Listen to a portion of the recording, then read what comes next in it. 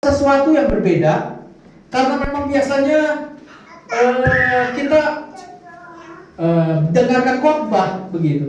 Tetapi minggu kelima ini kita akan belajar tentang tanya jawab kebenaran firman Tuhan. Dan sudah ada cukup banyak pertanyaan-pertanyaan yang sudah masuk. Kurang lebih ada 15 pertanyaan. Oke, dan saya coba untuk kita bisa menjawabnya.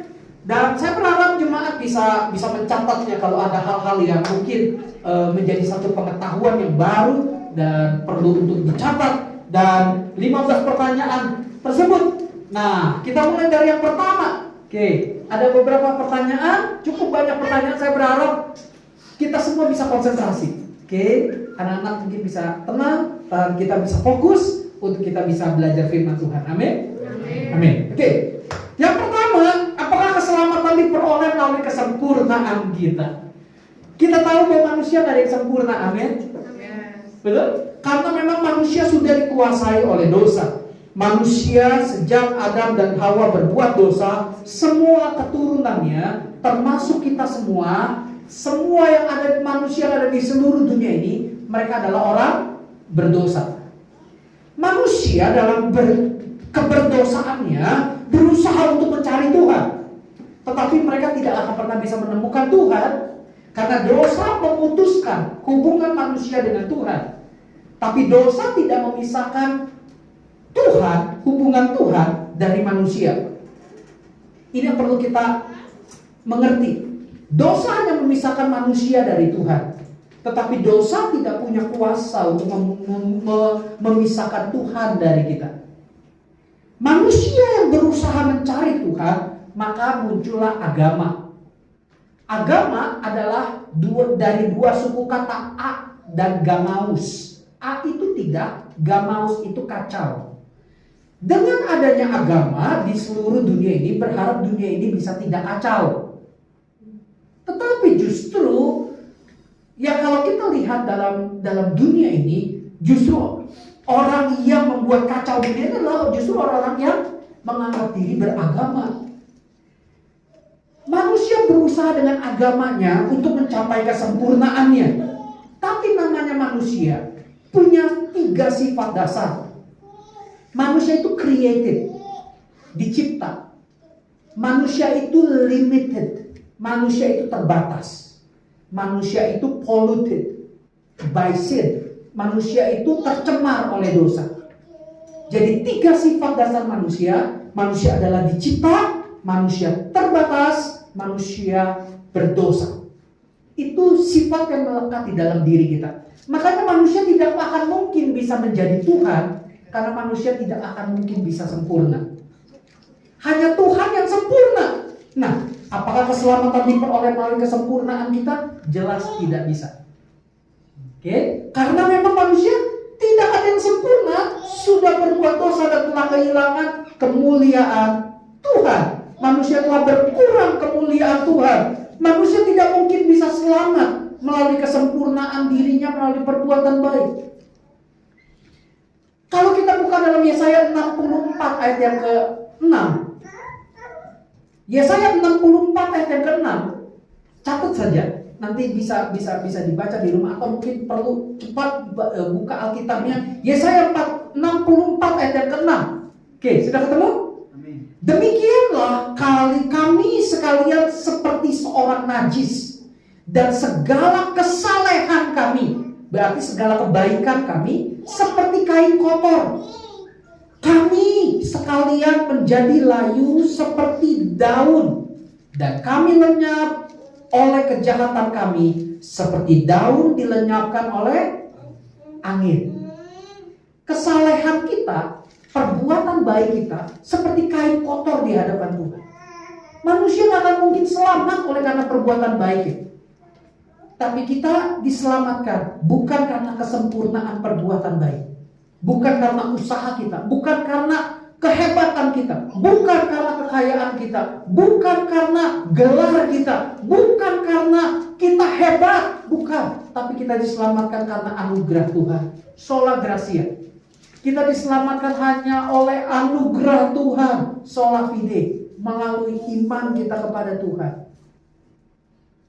Manusia yang berdosa tidak mungkin bisa selamat. Hanya oleh anugerah Tuhanlah Tuhan menyelamatkan kita melalui Yesus Kristus. Amin. Jadi keselamatan diperoleh oleh kesempurnaan kita? Tidak. Manusia tak akan pernah bisa sempurna sampai mati. Tapi karena Tuhan yang memberikan anugerah, makanya manusia bisa berespon terhadap anugerah itu, sehingga akhirnya manusia bisa beriman kepada Tuhan Yesus dan dirinya diselamatkan oleh Tuhan. Jadi manusia tak akan mungkin bisa selamat dengan usahanya sendiri. Hanya oleh anugerah Tuhan kita selamat. Oke, nah pertanyaan yang kedua, apakah Yesus itu benar-benar Allah?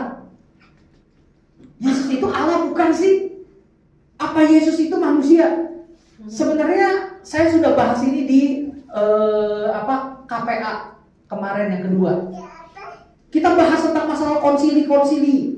Ya kan, mulai dari konsili Nisea, konsili Konstantinopel, konsili Kalsedon, dan semuanya. Nah, apakah Yesus itu benar-benar Allah? Perhatikan baik-baik. Yesus menyatakan dirinya sebagai Allah. Pernyataan Yesus ini mempunyai dua kemungkinan. Pertama, Yesus berbohong atau Yesus jujur. Jika Yesus berbohong, maka dia jelas bukan Allah. Tapi jika Yesus jujur, maka dia adalah Allah. Seandainya Yesus berbohong, maka ada dua kemungkinan. Yang pertama, Yesus tahu dan sadar bahwa ia berbohong. Yang kedua, Yesus tidak sadar dan tidak tahu bahwa ia berbohong. Jika Yesus tahu atau sadar bahwa ia berbohong, berarti ia dengan sengaja membohongi para pengikutnya, para muridnya. Maka Yesus adalah seorang penipu yang ulung, penipu hebat. Lalu bagaimana seandainya kalau Yesus tidak tahu, tidak sadar bahwa ia berbohong? Maka sesungguhnya Yesus adalah orang gila. Jadi ada tiga kemungkinan. Yesus adalah penipu, Yesus adalah orang gila, atau Yesus adalah Allah. Faktanya banyak alasan yang kuat dari Alkitab maupun tulisan kuno lainnya seperti dokumen sejarah di luar Alkitab yang meneguhkan bahwa Yesus adalah Allah dan telah disembah sejak awal gereja mula-mula. Kita mempercayai Yesus adalah Allah, benar-benar Allah. Dia Allah yang berinkarnasi menjadi manusia. Meskipun konsep inkarnasi disangkal oleh pendeta Erastus Sabdono. Gitu. Oke? Oh, tidak mungkin Allah berinkarnasi menjadi manusia. Itu konsep logos. Saya sudah jelaskan konsep logos firman itu dalam konteks Yohanes 1 ayat yang pertama. Bahwa pada mulanya adalah firman, firman itu bersama-sama dengan Allah dan firman itu adalah Allah. Pada mulanya adalah logos, logos itu bersama-sama dengan Allah dan logos itu adalah Allah. Logos itu istilah yang dipakai oleh Yohanes untuk menjelaskan tentang siapa Yesus kepada orang-orang Gnostik. Gnostik itu dipengaruhi oleh orang-orang Yunani. Oke, yang ikut KPA yang kedua bisa jelas nih tahu tentang ini. Jadi istilahnya logos dipakai oleh Yohanes supaya orang-orang Gnostik yang beraliran Gnostik dan mereka yang dikuasai oleh filsafat Yunani, mereka mengerti logos itu apa. Tapi ingat, tidak sampai dengan itu saja. Logos itu menjelma menjadi manusia. Dan logos itu ialah Yesus Kristus. Yesus Kristus adalah Allah. Jadi kalau kita bisa mengerti teks dan konteksnya dalam Yohanes 1 ayat 1, sebenarnya tidak perlu dipermasalahkan sebenarnya. Gelar yang banyak tidak menjamin orang tersebut bisa mengerti teks dan konteks dalam bahasa Yunaninya. Dalam teks, maksud dari Yohanes itu menuliskan di awal Injilnya. Yohanes 1 ayat 1. Pada mulanya adalah firman, firman itu bersama-sama dengan Allah dan firman itu adalah Allah. Jadi kita meyakini dari sejak gereja awal gereja mula-mula sampai dengan sekarang, seluruh gereja mengakui bahwa Yesus adalah Allah sejati dan manusia sejati. Dia Allah yang menjelma menjadi manusia.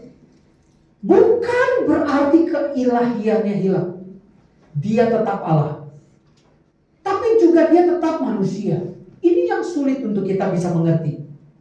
Dia Allah, sekaligus juga dia manusia. Dia manusia, bisa kalau dipukul sakit, kalau capek dia merasa lelah. Yesus tertidur. Yesus juga merasakan lapar. Yesus juga merasakan haus, sama seperti kita. Tetapi yang membedakan ialah, ingat, Yesus adalah 100% Allah. Dia adalah Allah yang sejati. Yesus berkuasa untuk meredakan angin ribut. Yesus berkuasa untuk mengusir orang yang kerasukan setan di Gerasa. Yesus berkuasa untuk memberi makan 5.000 orang. Yesus berkuasa untuk membangkitkan Lazarus dari kematian.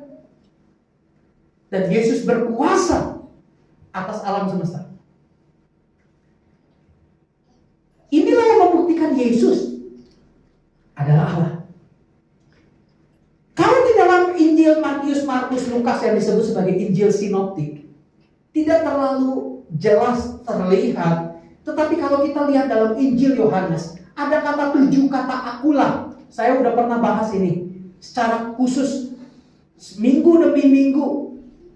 Akulah gembala yang baik, akulah roti hidup, akulah pintu, akulah jalan keselamatan dan kehidupan. Oke, ada 7 kata akulah. Perhatikan, mengapa orang Yahudi marah? Karena orang Yahudi tahu, ketika Yesus mengatakan, akulah jalan dan kebenaran dan hidup, akulah roti hidup yang telah turun dari sorga, akulah gembala yang baik. Orang Yahudi marah karena Yesus ketika ngomong demikian, Yesus menyamakan diri dengan Allah. Karena bagi orang Israel, kata akulah, ego eimi dalam bahasa Yunani-nya, itu menunjuk kepada Allah, di mana Tuhan menampakkan diri kepada Musa dengan burning bush, dengan pengalaman semak belukar yang menyala. Ketika Tuhan mengutus Musa, kamu harus membebaskan umat Israel, umatku pergi dari perbudakan di Mesir. Lalu Musa berkata gini, kalau mereka tanya, Tuhanku siapa namanya? Lalu Tuhan berkata gini, aku adalah aku. I am that I am. Akulah aku. Akulah Tuhan. Akulah aku. Tetapi itulah yang dipakai oleh Yesus. Akulah gembala yang baik. Berarti pada saat Yesus mengatakan akulah 7 kali lagi, berarti dia menyamakan diri dengan Allah. Itu yang membuat orang-orang Yahudi marah dan hendak membunuh Yesus. Bisa mengerti? Oke, nah, jadi kalau kita melihat sejarahnya, konteksnya, maka Yesus memang Allah. Ketika Yesus bertanya kepada murid-muridnya, menurut orang, siapakah aku? Oh, ada yang mengatakan, engkau adalah Yeremia, engkau adalah nabi-nabi dan semuanya. Menurut engkau siapakah aku? Engkau adalah Mesias, anak Allah yang hidup. Berbahagialah Simon bin Yunus, bukan engkau yang mengatakannya, tetapi Bapakku di sorga yang menyatakannya. Jadi Yesus Allah, benar-benar Allah. Tidak perlu kita ragu. Sebelum saya sekolah Alkitab, saya memberikan pertanyaan-pertanyaan sulit kepada pendeta-pendeta. Saya bilang gini, sebelum saya jadi hamba Tuhan, saya mau tes dulu hamba-hamba Tuhan. Saya juga pertanyaan-pertanyaan sulit kepada mereka. Pada saat saya sekolah Alkitab pun, saya mengajukan pertanyaan-pertanyaan sulit kepada para dosen. Saya pengen tahu siapa Yesus itu. Sekarang gini, kalau saya jadi hamba Tuhan, saya jadi pendeta, otomatis kan saya akan mengkhotbahkan tentang Yesus dong. Kalau saya tidak tahu tentang Yesus, gimana saya mau berkhotbah? Terus kalau ada orang yang bertanya kepada saya harus jawab apa? Saya harus tahu, saya harus benar-benar paham siapa Yesus itu. Kalau Yesus Tuhan, mana bukti-buktinya? Yesus pun disembah sebagai Tuhan. Okay? Jadi tidak perlu kita ragukan bahwa Yesus adalah Allah. benar-benar Allah dan telah disembah sejak awal gereja mula-mula sampai dengan sekarang dan sampai selama-lamanya. Perhatikan baik-baik. Manusia yang tidak mengakui Yesus adalah Tuhan tidak mempengaruhi Yesus adalah Tuhan. Yesus tetap Tuhan meskipun manusia mengakui atau tidak. Meskipun manusia menerima atau tidak, tetap Yesus adalah Tuhan. Amin. Meskipun banyak orang menyangkal, Yesus bukan Allah. Dia pada saat berinkarnasi menjadi manusia, dia belum jadi Tuhan. Tetapi karena ketaatannya sampai mati di kayu salib, lalu akhirnya Bapa mempermuliakan dia, barulah dia jadi Tuhan. Itu yang dianut oleh pendeta Erastus Sabdono. Itu jelas ajaran yang menyimpang. Itu jelas ajaran yang menyesatkan. Saya berharap bisa berdiskusi banyak dengan beliau untuk bisa berdiskusi. Dan saya ingin menjelaskan bahwa Yesus memang adalah Tuhan. Pada saat dia menjelma menjadi manusia, menjadi bayi yang dilahirkan di palungan, dia Allah. Perhatikan baik-baik. Bukan hanya gembala yang datang menyembah kepada bayi Yesus. Dia manusia, yes. Tetapi juga dia Allah. Buktinya apa? Orang Majus dari timur, mereka datang mempersembahkan apa? Emas, mur, kemenyan. Emas melambangkan Yesus Raja. Itu bukan persembahan orang biasa. Berarti orang Majus saja tahu bahwa Yesus adalah Raja dan Tuhan. Orang Majus bukan hanya sekedar memberikan persembahan, tapi apa yang mereka lakukan? Mereka sujud menyembah kepada bayi itu. Baca baik-baik Alkitab.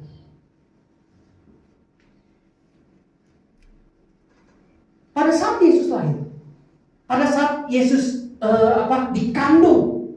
dikandung dari ibunya bernama Maria. Maria mengatakan apa? Engkaulah juru selamatku. Maria tahu bahwa dirinya orang berdosa. Maria tahu bahwa bayi yang dikandungnya akan menjadi juru selamat dunia. Tuhan dan juru selamat. Banyak bukti-bukti bahwa Yesus adalah Tuhan. Yang ketiga,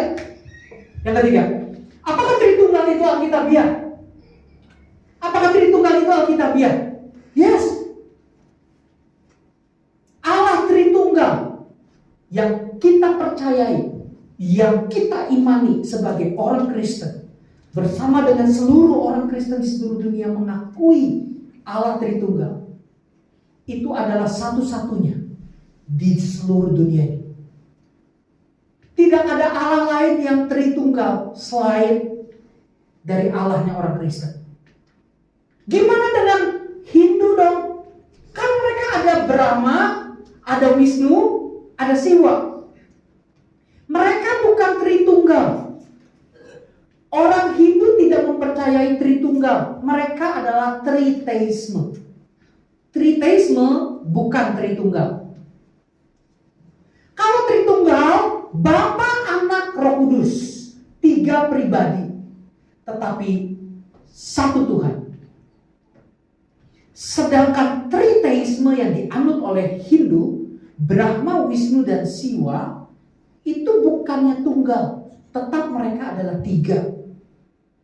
Brahma, dewa pencipta. Wisnu, dewa pelindung. Siwa, dewa perusak, destroyer. Di antara ketiga itu mana yang paling tinggi? Yang paling hebat? Brahma, Wisnu, atau Siwa? Bukan. Siwa, destroyer. Siwa yang paling tinggi di antara Brahma dan Wisnu. Mereka punya tingkatan, tetapi tidak dengan Bapa, Anak, dan Roh Kudus. Bapa tidak lebih tinggi dari Anak, Anak tidak lebih tinggi dari Roh Kudus tidak lebih rendah daripada Bapa. Ketiganya Esa. Makanya konsep pada mulanya Allah menciptakan langit dan bumi. Pada mulanya Elohim. Elohim, menggunakan kata Elohim. Itu jamak. Kalau tunggalnya adalah Eloah. Itu tunggal. Kenapa Alkitab menggunakan kata Elohim jamak untuk nama Allah? Karena itu menunjukkan Allah Tritunggal yang menciptakan langit dan bumi. Allah Tritunggal itu siapa? Bapa, Anak, dan Roh Kudus. Allah lah Allah Tritunggal yang menciptakan langit dan bumi beserta isi. Jadi Allah Tritunggal yang kita percayai adalah Allah yang sejati. Nanti kita akan sambung nih dengan pertanyaan-pertanyaan yang mirip dengan ini. Jadi apakah Tritunggal, Allah Tritunggal itu Alkitabiah? Jelas ya. Di mana Yesus ketika naik, sebelum naik ke sorga, di mana Yesus memberikan amanat agungnya. Karena itu pergilah jadikanlah semua bangsa muridku, dan baptislah mereka dalam nama Bapa, Anak, dan Roh Kudus. Dan ajarlah mereka melakukan segala sesuatu, ya kan? Dan ketahuilah aku menyertai engkau sampai pada kesudahan zaman. Bapa, Anak, Roh Kudus. Bukankah itu Allah Tritunggal? Pada saat Yesus dibaptiskan, Yesus dibaptis oleh siapa? Yohanes Pembaptis. Ketika Yesus masuk ke Sungai Yordan, Yohanes mengatakan, harusnya aku yang dibaptis. Tapi Yesus berkata, untuk menggenapi kitab Taurat dan para nabi, Yesus dibaptis. Perhatikan, baptisan Yohanes Pembaptis adalah baptisan pertobatan. Pertanyaannya, apakah Yesus bertobat? Apakah Yesus berdosa sehingga akhirnya harus butuh pertobatan dan akhirnya dibaptis oleh Yohanes Pembaptis? Tidak. Yang membedakan manusia dibaptis dengan Yesus dibaptis, pada saat Yesus dibaptis, ketika keluar dari air, terdengarlah konfirmasi dari sorga, di mana Bapa berkata, inilah anakku yang kukasihi, kepadanya lah aku berkenan. Dan Roh Kudus hinggap ke atas Yesus seperti burung merpati. Itu yang membuktikan bahwa Yesus dibaptis oleh Yohanes Pembaptis bukan karena dia berdosa, tapi dia Allah yang suci, tanpa dosa. Di dalam diri Yesus tanpa dosa. Semua orang yang menyaksikan itu, melihat itu, mendengar suara Bapa, inilah anakku yang kukasih, kepadanya aku berkenan. Kenapa? Bapa dan Roh Kudus harus mengkonfirmasi. Karena supaya manusia tidak boleh salah menilai. Oh, Yesus dibaptis berarti Yesus berdosa. Yesus berarti butuh pertobatan. Buktinya dibaptis oleh Yohanes Pembaptis. Tapi konfirmasi dari sorga, suara Bapa di sorga, dan Roh Kudus hinggap ke atas Yesus seperti burung merpati, itu menunjukkan bahwa Yesus bukan manusia berdosa. Jadi Tritunggal itu Alkitabiah. Oke? Nah, manakah yang benar? Yang keempat. Pertanyaan keempat. Manakah yang benar? Yahweh atau Yehova? Nah, Yahweh atau Yehova? Sama aja. Yahweh, Yod, He, Waw, He. Ada 4 huruf atau disebut dengan tetragramaton. YHWH, Yod, He, Waw, He. YHWH, artinya Yahweh. Nah, kalau Yehova itu apa? Karena orang Israel tidak berani menyebut nama Tuhan Allah dengan sembarangan Yahweh, jadi mereka menggunakan huruf hidup atau vokal dari Adonai. Adonai itu artinya Tuhan. Lalu akhirnya jadilah Yahweh plus huruf hidup Adonai jadi Yehova. Tetapi nama Yehova pun mereka istilahnya mereka pun juga menaruh hormat dengan nama Tuhan karena memang sesuai dengan 10 hukum perintah Allah, jangan menyebut nama Tuhan Allahmu dengan sembarangan. Oke, jadi Yahweh, Yehova, Elohim, ya kan? Itu adalah nama-nama Allah.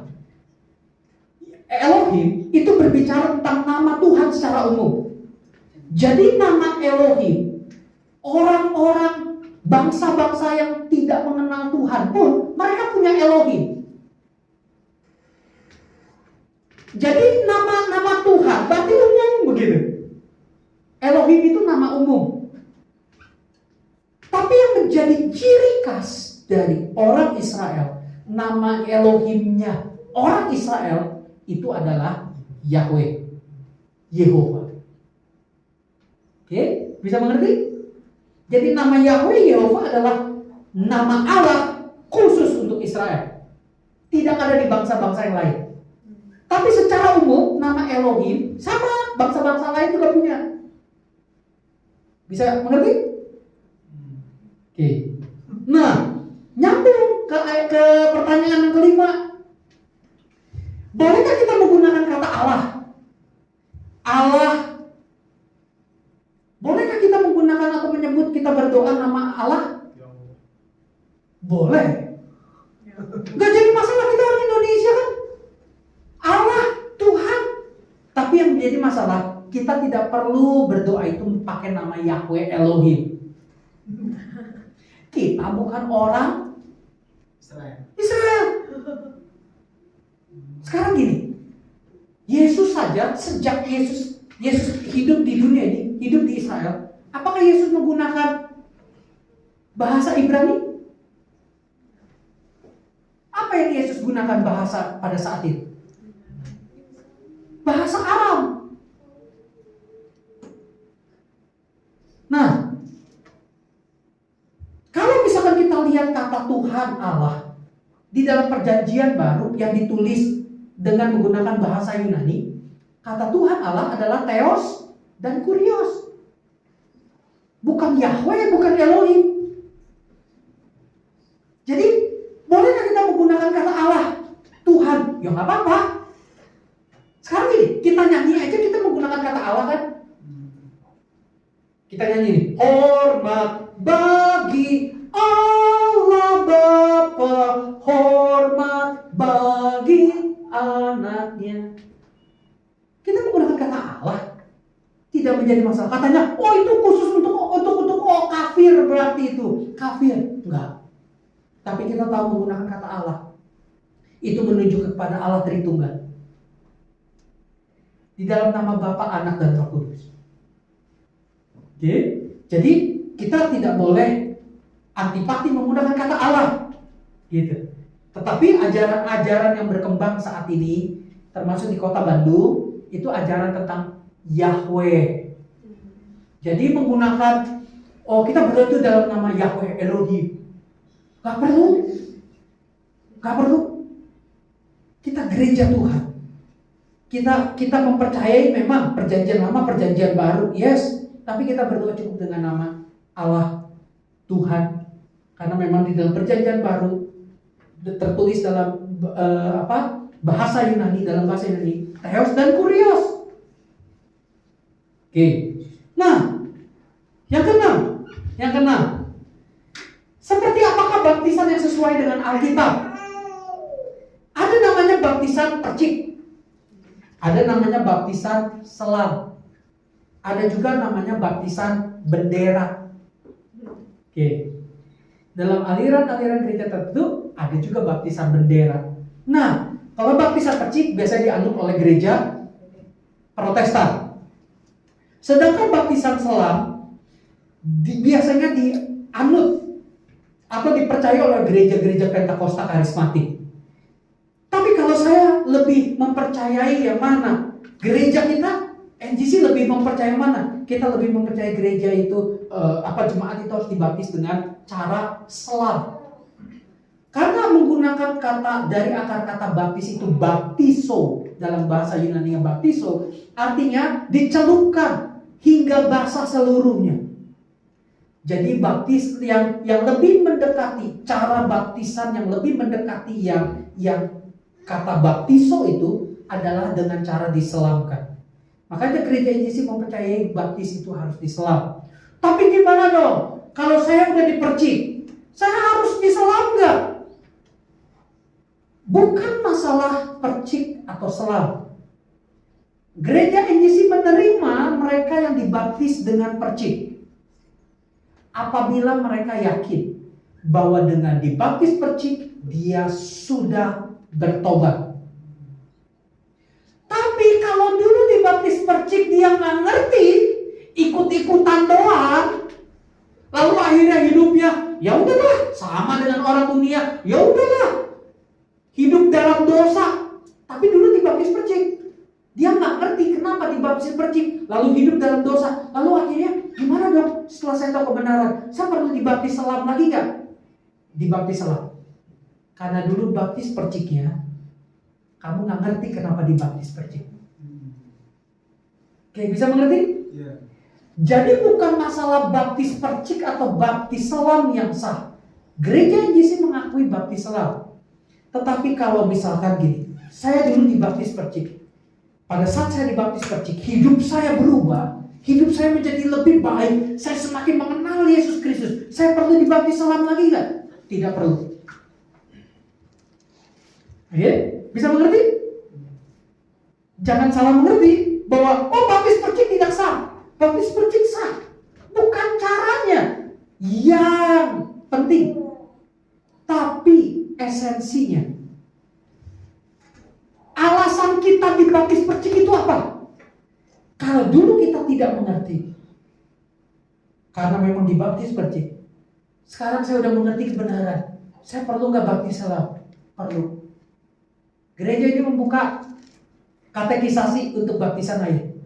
Kalau ada jemaat yang bilang gini, saya dulu dibaptis percik tapi kagak ngerti sih. Ya ikut-ikutan doang sih. Ya udahlah, karena memang udah usianya, ya udahlah, dibaptis percik aja lah. Nggak ngerti apa itu baptisan, ikut-ikutan doang. Tapi setelah mengerti, berarti saya harus dibaptis diselam ya. Ya udah, daftar, silakan daftar. Oke? Yang penting sebelum baptisan air kita mengadakan kelas katekisasi. Jadi semua yang mau mengikuti baptisan air harus mengikuti kelas supaya dibekali dulu pentingnya mengapa harus dibaptis dengan cara diselamkan. Oke, bisa mengerti? Ya. Oke, nah yang ketujuh, apa yang dimaksudkan lahir dari air dan roh? Coba kita buka Yohanes 3 ayat yang kelima. Pada waktu malam datanglah seorang yang bernama Nikodemus. Dia adalah seorang Farisi. Oke, Yohanes 3 ayat yang kelima. Lalu Yesus berkata kepada Nikodemus, ayat yang kelima sudah? Yohanes 3 ayat yang kelima. Jawab Yesus, aku berkata kepadamu, sesungguhnya jika seorang tidak dilahirkan dari air dan roh, apa?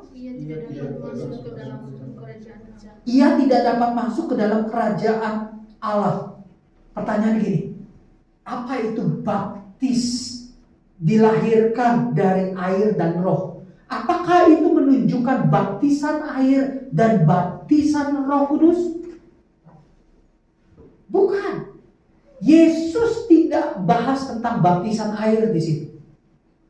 Yesus juga tidak bahas tentang baptisan Roh Kudus di situ. Sekarang gini, kalau Yesus ngomong begitu, Nikodemus makin pusing lah. Apa sih maksudnya? Kok jadi makin pusing ketemu Yesus ya? Bukan yang menemukan solusi. Lah, dibaptis air dan dibaptis roh. Terus baptisan air, apakah itu baptisan air? Apakah itu baptisan Roh Kudus? Kok jadi makin susah ya dimengerti? Tidak. Lahir dari air dan roh, bukan baptisan air. Lahir dari air dan roh adalah bahasa simbolik. Yohanes pasal yang ke-7 ayat yang ke-37 sampai 39 menjelaskan bahwa air dan roh berbicara tentang satu hal yang sama, yaitu dilahirkan untuk mengalami hidup yang penuh dengan kelimpahan, kuasa dan pimpinan Roh Kudus. Lahir dari air dan roh adalah kelahiran kembali. Makanya baca konteksnya di dalam Yohanes pasal 3 di mana bertemu dengan Nikodemus. Jika engkau tidak dilahirkan kembali, engkau tidak dapat melihat kerajaan Allah. Jadi lahir dari air dan roh itu berbicara tentang kelahiran kembali. Bahasa yang digunakan bahasa Yunani adalah genete anoten. Genete anoten, dilahirkan kembali. Artinya dilahirkan dari atas. Di mana Roh Kudus yang melahirbarukan seseorang. Orang lahir baru bukan karena dirinya, tetapi karena Roh Kudus yang melahirbarukan kita. Sehingga akhirnya kita berubah hidup kita. Sehingga akhirnya kita berubah cara pandang kita, pola pikir kita. Dulu kita senang dengan dosa, tapi sekarang saya benci dosa. Saya cinta Tuhan saya. Dulu gak ngerti ke gereja dah, males-malesan. Tapi setelah mengalami kelahiran baru yang dikerjakan oleh Roh Kudus, saya jadi rajin ke gereja. Saya rindu melayani Tuhan. Saya memberikan yang terbaik untuk hidup saya kepada Tuhan, karena Roh Kudus yang bekerja di dalam diri orang tersebut. Oke? Jadi lahir dari air dan roh tidak ada hubungannya. Dan bukan konteksnya tentang baptisan air dan baptisan Roh Kudus. Kalau konteksnya ke sana jelas salah, karena Yesus tidak membahas tentang masalah baptisan air atau baptisan Roh Kudus. Konteksnya kelahiran baru. Oke? Bisa mengerti?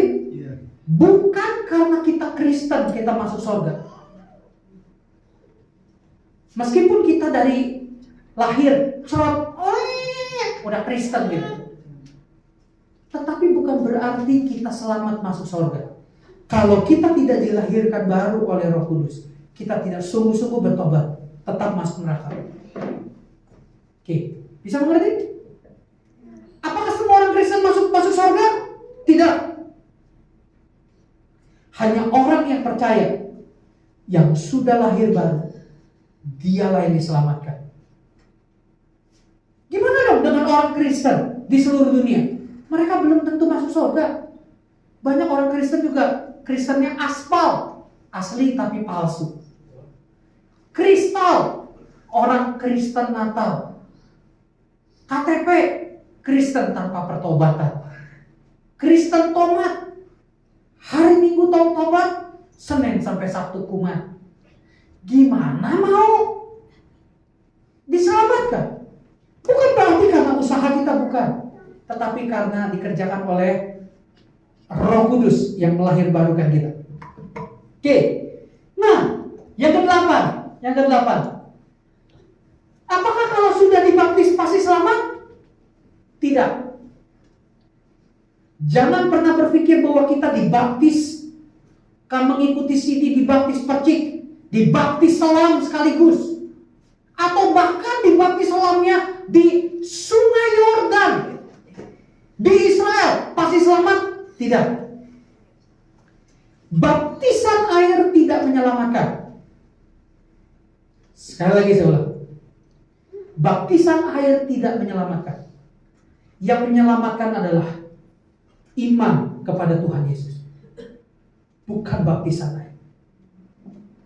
Mau baptisan air, bahkan baptisan selam, dicelupin berkali-kali ikut baptisan air berkali-kali.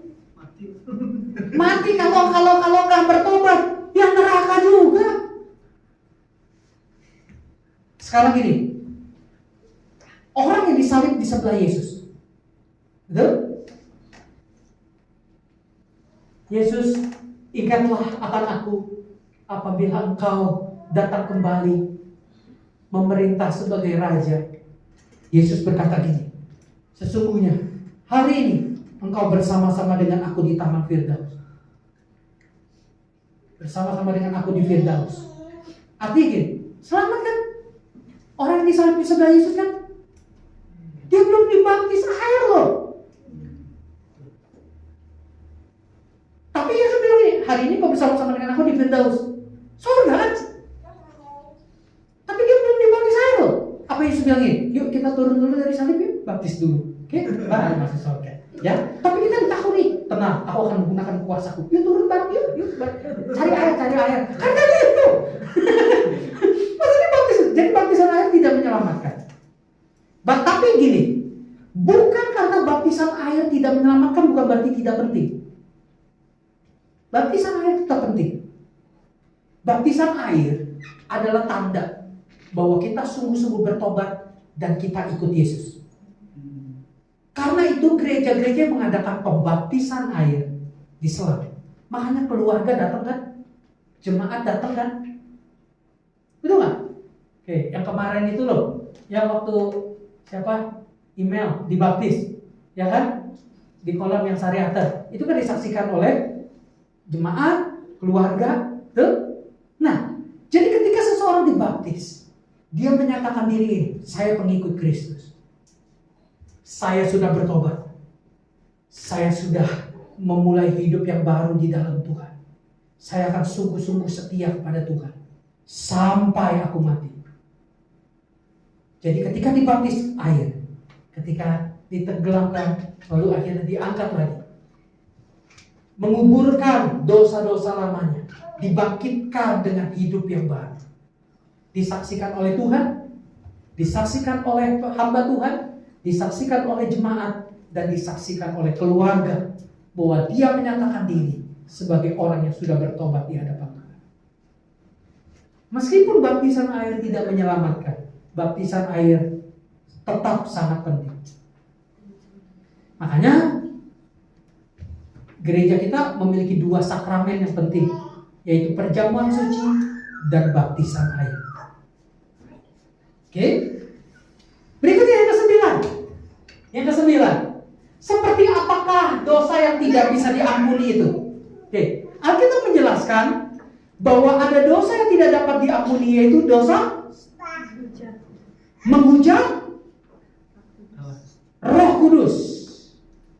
Yesus berkata, dosa menghujat anak manusia diampuni, tapi dosa menghujat Roh Kudus tidak bisa diampuni. Di dunia ini tidak, di dunia yang akan datang pun tidak.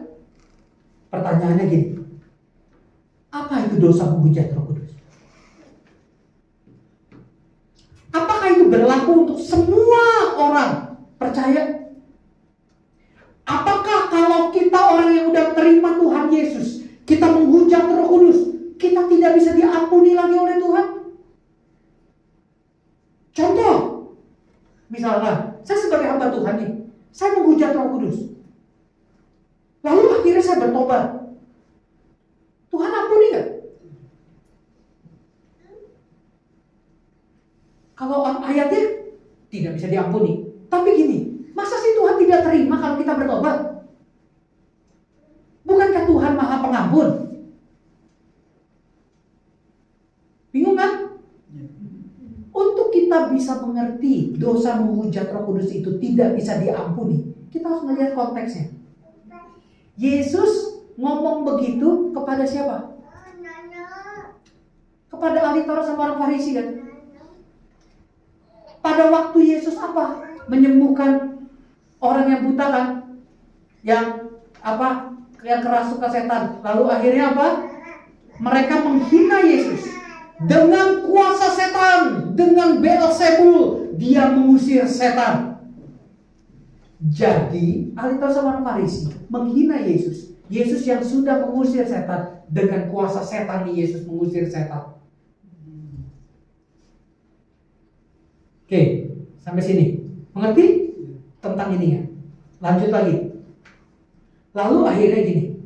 Yesus berkata, dosa menghujat anak manusia diampuni, tapi engkau melakukan dosa yang kekal, di mana engkau tidak bisa diampuni lagi.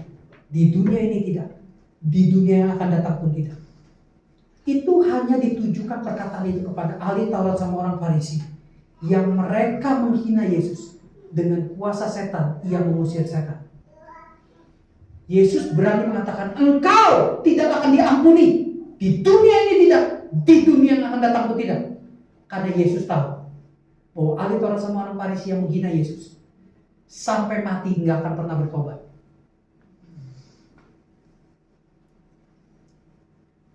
Jadi dosa menghujat Roh Kudus hanya bisa dilakukan oleh orang yang tidak percaya.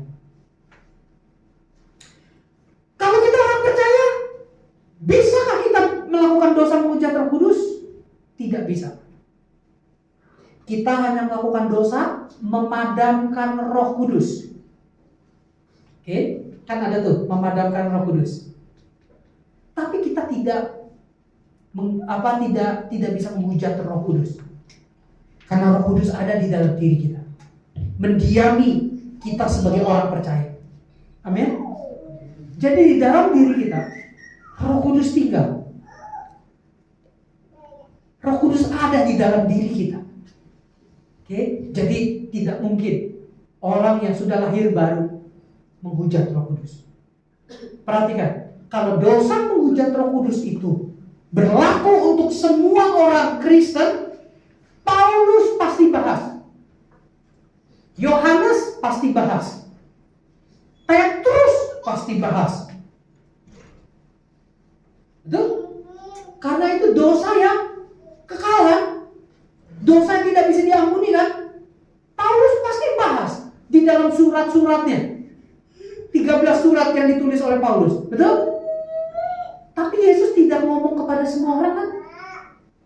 Dosa menghujat Roh Kudus itu tidak bisa diampuni kan? Hanya tertuju kepada ahli Taurat sama orang Farisi. Dan itu pun kepada mereka yang sudah menghina Yesus. Jadi tidak berlaku untuk umum. Bisa mengerti? Karena itu kita perlu belajar teks dan konteksnya supaya kita tidak salah. Gitu. Nah, berikutnya. Oke, jadi kesimpulannya gini, 1 Yohanes 1 ayat ke-9, jika kita mengaku dosa kita, maka Tuhan setia dan adil. Tuhan pasti mengampuni kita kan? Tidak ada dosa yang tidak bisa diampuni Tuhan. Oke, semua dosa. Ketika kita mengaku, kita bertobat, Tuhan ampuni. Tapi dosa menghujat Roh Kudus itu hanya bisa dikerjakan oleh orang yang tidak percaya kepada Tuhan Yesus. Tapi kita yang percaya, kita tidak mungkin melakukan dosa menghujat Roh Kudus. Yang ke-10, mengapa orang Israel tidak percaya kepada Tuhan? Mereka percaya. Mereka percaya kepada Tuhan. Tapi Tuhan yang mana? Yahweh. Mereka percaya kepada Tuhan Yesus? Tidak. Mereka tidak percaya Yesus adalah juru selamat. Mereka tidak percaya Yesus adalah Kristus yang diurapi. Mereka tidak percaya Yesus Mesias. Orang Israel sekarang, mereka tidak mempercayai Mesias, yaitu Yesus. Mereka justru masih menunggu Mesias. Mesias yang orang Yahudi nantikan, orang Israel nantikan, adalah Mesias yang nanti datang memerintah atas Israel secara politik dan agama. Itu baru Mesias, itu baru keren. Masa Mesias lahir di kandang domba? Karena itulah mereka menolak Yesus Kristus sebagai Mesias. Saat ini orang Israel masih menantikan Mesias itu, tanpa sadar bahwa Mesias itu sudah lahir 2000 tahun yang lalu di kandang domba. Oke, bisa mengerti? Orang Israel tidak percaya kepada Tuhan, mereka percaya. Mereka percaya Allah Tritunggal. Allah dari bapa leluhur mereka, Allah Abraham, Allah Ishak, Allah Yakub. Mereka percaya. Oke, tapi mereka tidak mempercayai Yesus Kristus sebagai Mesias. Yang ke-11, siapakah Yesus Kristus? Apakah Yesus Allah atau putra Allah? Yesus adalah putra Allah dan Dia Allah. Putra Allah, anak Allah, tetap Allah. Analoginya gini, Apri punya ayam. Ayamnya bertelur, menetas, jadi anak ayam. Saya tanya sama Pri, anak ayam itu ayam bukan? Enggak kok, babi kok. Kan enggak gitu kan. Masa anak ayam jadi babi? Enak banget. Wah, kok minta, Pri? Ya kan? Wah, enak banget tuh. Wah, udah gede, potong gitu kan. Kita pesta lah NGC. Tetapi anak ayam tetap ayam. Sekarang gini, jika Yesus adalah anak Allah, kan seringkali Muslim mempertanyakan, kalau anak Allah, Yesus adalah anak Allah, dan dia punya bapak, mana ibunya? Ayo, kalau kita ditanya kita jawab apa? Mana ibunya? Mana gede? Mana aku tahu? Jadi gini, Yesus adalah anak Allah, di mana Yesus dilahirkan dari Bapa di dalam kekekalan. Sekarang ini, apakah Yesus punya permulaan seperti yang dianut oleh Arianisme, seperti yang dianut oleh saksi Yehova? Berarti kalau Yesus dilahirkan, berarti Yesus punya permulaan. Berarti dia diciptakan dong. Dilahirkan tidak sama dengan diciptakan. Yesus di dalam kekekalan dilahirkan dari Bapa. Tetap Yesus adalah Allah di dalam kekekalan. Jadi Bapa, Anak, dan Roh Kudus. Nanti mungkin kita akan belajar tentang satu istilah namanya filiok. Filiok. Apakah Roh Kudus itu dilahirkan keluar dari Bapa dan Anak? Ataukah Roh Kudus keluar dari Bapa saja? Nah, gara-gara doktrin gitu, beda loh pandangan. Nah, belajar teologi mengasihkan dan menyenangkan bukan? Bukan. Kan ada yang matematika itu mudah dan menyenangkan bukan? Bukan. Belajar teologi memang gini, asik. Kalau kita benar-benar tertarik. Banyak ilmu yang Koko bisa bagikan sebagai gembala kepada jemaat. Tapi anak Allah Yesus Kristus, dia adalah putra Allah, dilahirkan dalam kekekalan. Bapa melahirkan anak. Lalu berpikir gini, mana ibunya? Gak bisa begitu dong. Karena gini, mengapa kita lahir? Mengapa Jona lahir? Enggak lahir dari Apri saja, tetapi ada Suri. Lahirnya bukan dari perut Apri juga, tapi dari perut ibunya. Suri kan? Lahir Jona kan? Betul? Lalu akhirnya Jona berkata gini, aku dilahirkan dari bapakku. Mana mamu? Gak ada. Kan gak mungkin gitu kan?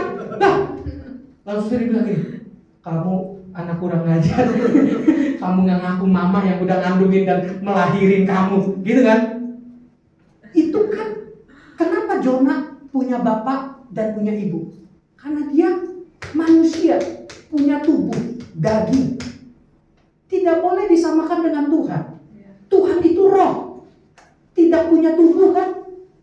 Allah itu roh. Barang siapa yang menyembahnya haruslah menyembah dia dalam roh dan kebenaran. Jadi ketika Yesus dilahirkan dari Bapa dalam kekekalan, tidak boleh kita berpikir ini, mana emaknya? Tidak boleh seperti itu. Karena yang dilahirkan yang punya ibu adalah yang bertubuh, yang punya fisik, yang punya jasmani. Burung lahir, anjing lahir, kan ada induknya kan, emaknya kan.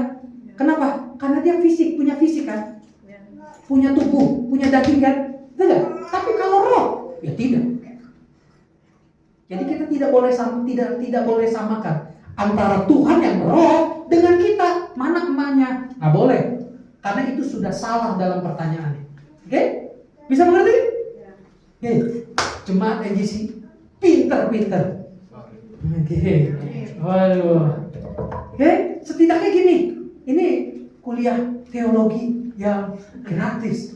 Oke. Nah, ke-12. Pertanyaan ke-12, di manakah Yesus dalam 3 hari antara kematian dan kebangkitannya? Apakah Yesus pergi ke neraka? Keren loh. Nyusun struktur organisasi. Siapa yang nanya? Nexi ya? Siapa yang nanya ya? Ini ya. Oke. Bagus loh. Sekarang gini, Yesus kan Tuhan nih. Kalau Yesus Tuhan, Yesus mati kan jam 12 siang. Yesus mati digantung di kayu salib, tetelestai, sudah selesai. Tuk, mati jam 12. Jam 3 sore dikubur. Digantung selama 3 jam untuk memastikan Yesus benar-benar mati di kayu salib. Bahkan orang Romawi memastikan benar-benar Yesus yang udah dipaku, darah tercurah, dipakai mahkota duri, masih belum puas untuk memastikan Yesus mati, lambungnya ditusuk. Benar-benar memastikan mati. Lalu jam 3 sore dikubur. Kalau Yesus Tuhan, mengapa tidak bangkit besok pagi? Yo, jawab. Kakak ngerti kok. Pusing. Loh, harusnya Yesus Tuhan kan? Dia berkuasa dong. Jam 3 sore dikubur, besok pagi jam 6 dia bangkit. Gua Tuhan. Makanya lu percaya lu, ya? Bisa nggak Yesus lakukan besok pagi jam 6 bangkit? Bisa, dia Tuhan kok. Tapi kenapa Yesus harus bangkit pada hari yang ketiga? Bukan 3 hari kemudian loh. Yesus kan disalibkan Jumat kan? Makanya Jumat Agung. Betul? Jumat. Kalau Yesus 3 hari bangkit, berarti Yesus bangkitnya hari Senin. Karena Jumat ke Sabtu 1, Minggu 2, Senin 3 kan? Betul nggak? 3 hari kemudian Yesus bangkit. Senin bangkitnya. Tapi kenapa kenyataannya Minggu kan? Nah, Minggu kita merayakan Paskah. Jumat Agung. Minggu Paskah. Berarti kan 2 hari. Alkitab menunjukkan hari ketiga.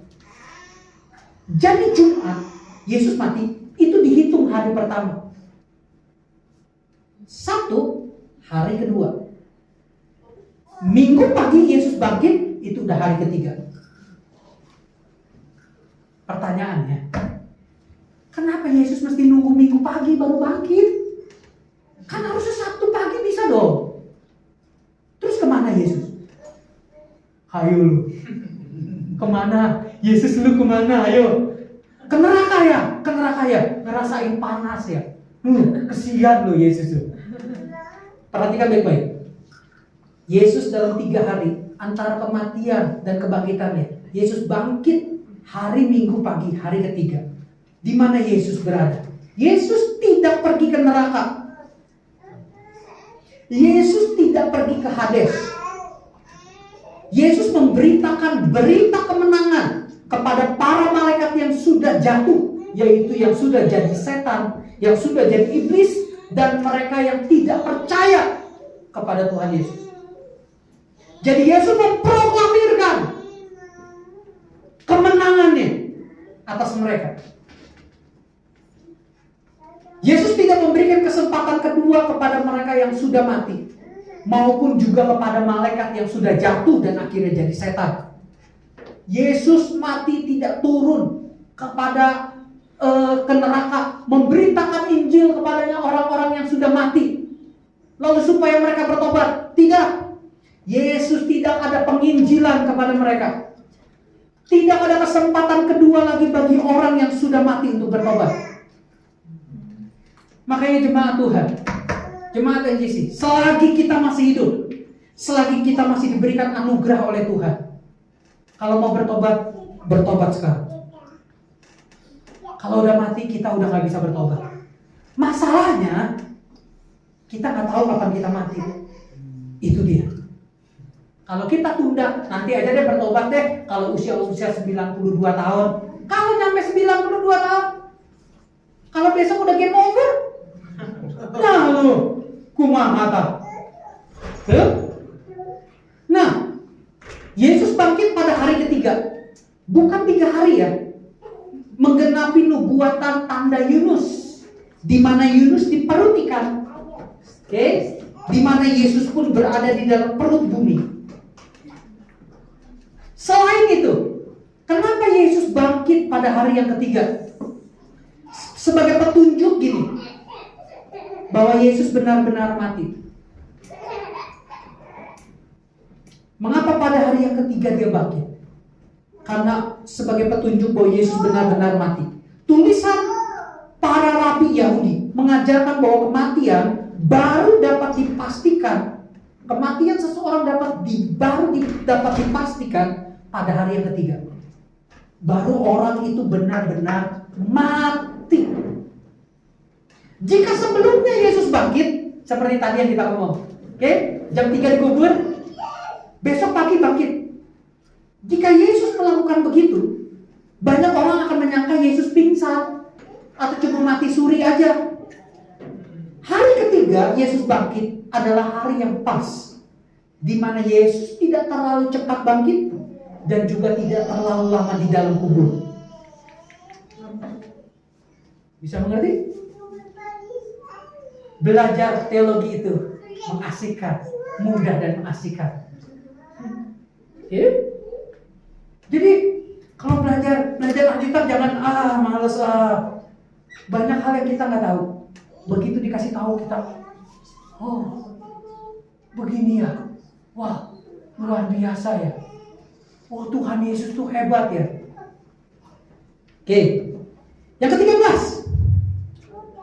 mengapa silsilah keluarga Yesus dalam Matius dan Lukas berbeda?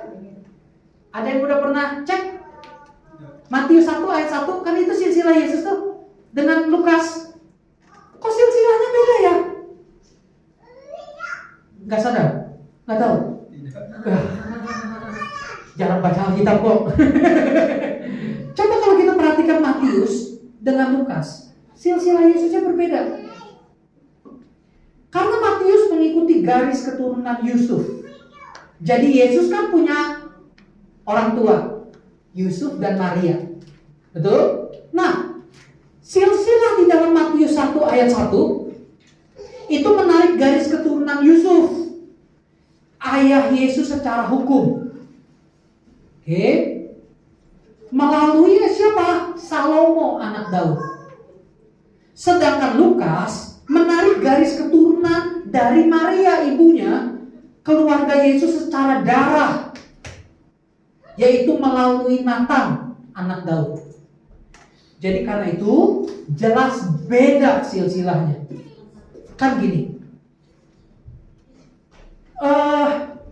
misalkan